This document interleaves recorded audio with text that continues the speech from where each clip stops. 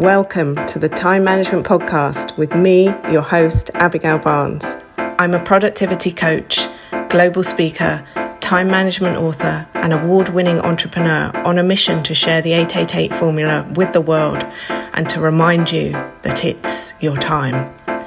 Leave it to me to bring you new time management tips, tricks, tools, and strategies, to introduce you to guests, research, and case studies from around the world, and to give you a simple 5-step process you can follow to uplevel your productivity, achieve your goals, and create a life that exceeds your wildest dreams. I'm so excited that you're here, so let's get started. Welcome to this week's episode of the Time Management Podcast, Nevada edition. I said to you when I first started the podcast that I procrastinated over getting started. Over the years, I'd done lots of video interviews and video podcasts, but I had never done an audio podcast. I didn't know how to do it, so I procrastinated over doing it. My decision for this week's episode of the podcast was, should I even take you on this tour?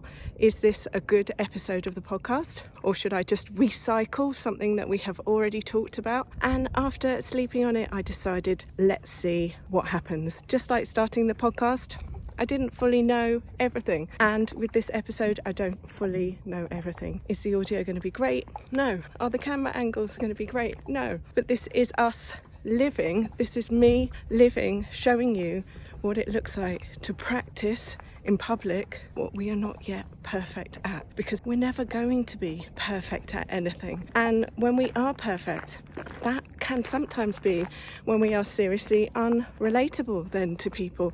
We're unrelatable to ourselves, and there is less enjoyment. The irony and the confusion with time management is we're not really talking about how to manage our time. We're actually really talking about how I can allocate the time that I have to create the life that I want to be living.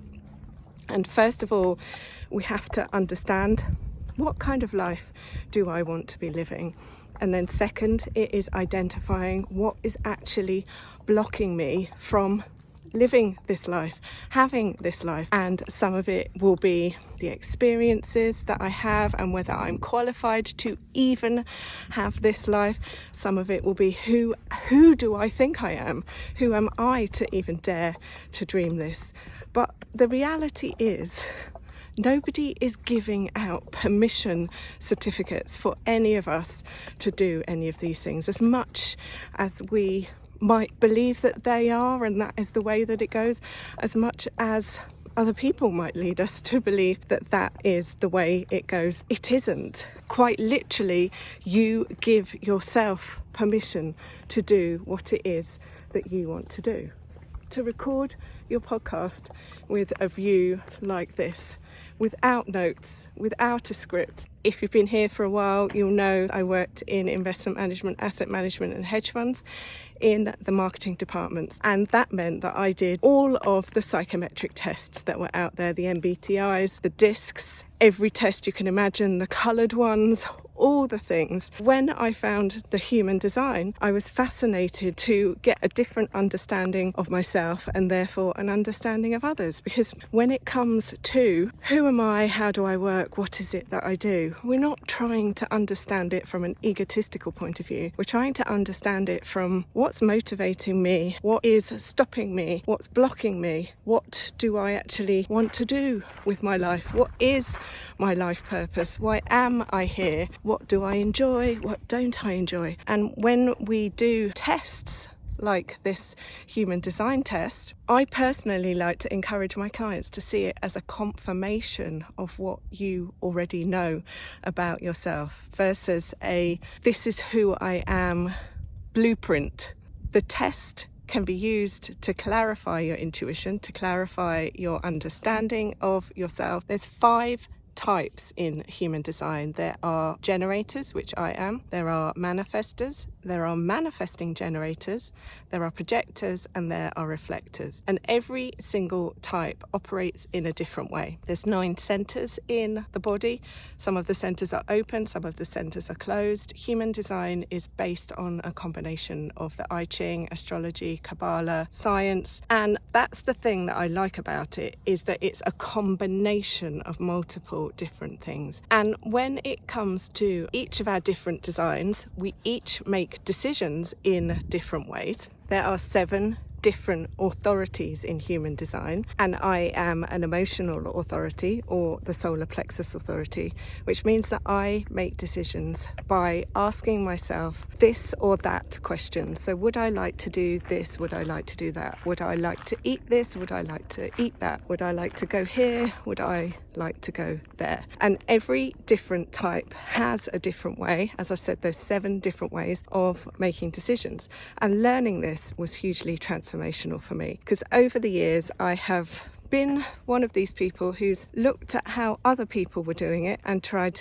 to live my life their way. And case in point, I'm in Nevada. I started off in Las Vegas for 3 days, and then I had to make a decision of where I wanted to go next. And I decided that I actually wanted to go and see the Hoover Dam. So I left Las Vegas Central, took an Uber over, and now I am in a totally different part of Nevada, surrounded by desert, mountains, and as you saw, the lake, because this was what I wanted to do. The question I asked myself was, do I want to stay in Las Vegas, or do I want to go to see the Hoover Dam? And when we allow ourselves to trust ourselves to make these kinds of decisions, then everything changes, because suddenly that's when we are truly, truly living our design, making the most of the time that we have. Because as I said, time management isn't really about managing time. It's more about managing tasks. And then when it comes to what do I want to do with my time, what do I want to do with my life, the question we need to really be asking ourselves is, how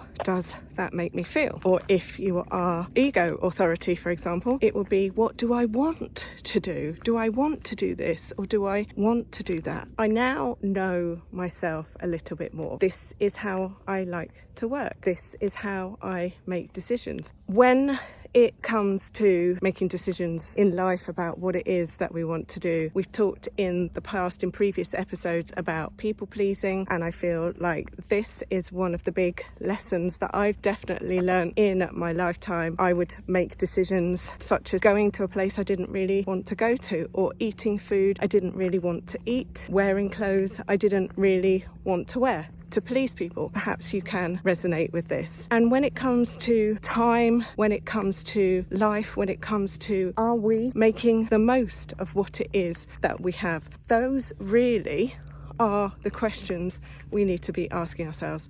Time management is an allocation game. It's an allocation game when it comes to work. Am I allocating the time to get my job done, to get the activities done in the hours that I have? Or am I overworking because my time allocation isn't on point? Which is why in episode 15, we talk about the time audits that you can find out more about in my book, Time Management for Entrepreneurs and Professionals. If you track your time for 7 days, you will become aware of where your time is going. You will become aware of who your time is going to, the activities your time is going towards, what you're actually spending your time on versus what you want to be spending your time doing. Now, I could have recorded this in the hotel room with perfect audio, with a staged background, or I could take you out here with a slightly shaky hand, with the sound of helicopters in the background, people who are visiting, with the sound of aeroplanes in the background flying over. How awesome is this? And this is what I have decided to do for this week's episode of the podcast. Now, on the 19th of October, as I said, this will be our 1-year birthday. And then on the 24th of October, if you are enjoying the conversation about human design and you want to find out more, I will be running a masterclass where I'll be sharing 5 ways human design can help save you time and make you more money. Because when you fundamentally understand who you are, what you are here to do, what your gifts and talents are, how you operate, how you make decisions, you will then start to recognize where you are in alignment with the life that you want to be living and where you are out of alignment with the life you want to be living, where you are people pleasing, where you are making decisions for reasons that are not your own, where you are perhaps feeling like an imposter, so not doing the things, not saying yes, not raising your hand, not giving it a go. I have no idea how this is going to turn out. I don't truly know how to fully edit this for you, but we're going to give it a go. We're going to see what happens. And if it doesn't work out, then it doesn't work out. As I said, I could have put anything out for this podcast episode this week. I could have done a compilation of all of the episodes that we have covered so far, or I could take you on the road, see what happens, and show you what it looks like to actually truly be out of your comfort zone and to be practicing what you preach, learning on the go, and making it up as we go along. Because contrary to popular belief, this actually is what life is about. You cannot study life in a classroom. You can't read all the books, get all the certificates, attend all the courses. Learning in the classroom is step one. Actioning what you learn, looking at amazing views like this, is step two. Practicing what you learn, practicing what you know, living your life experience and getting better. Perfection doesn't truly exist. Perfection is something that we improve through the actions that we take. Now, most people want to practice in private what they deliver in public, but we can't always do that in life. Sometimes there just isn't the time.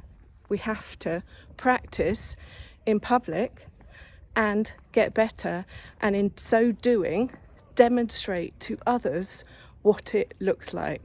I mean, look at these amazing mountains behind me. These are absolutely incredible. I'm so grateful to be here. I'm so grateful that you're here with me. As we wrap this episode up today, my recommendation is that you scroll back in the podcast directory. You find an episode that resonates with you if you are new to the podcast, or if you have been here a while, re-listen to whatever it is that you need to hear. And please, please, please scroll to the show notes, do the homework, and put into practice what it is that you are learning, as that is the only true way to learn. As I've said in episodes before, knowledge isn't power, it's the application of that knowledge that will change your life experience, will change how you feel about the things that it is that you are doing. And until next time, my friend, stay safe, stay well, and remember, it is your time. Thank you so much for tuning into today's episode. If you loved what you heard, be sure to let me know by leaving a review so I can keep the good stuff coming. Come and say hi on Instagram at Success by Design Training, or visit my website successbydesigntraining.com, or connect with me on LinkedIn. Just search Abigail Barnes. Until next time, don't forget, you are amazing and it's your time.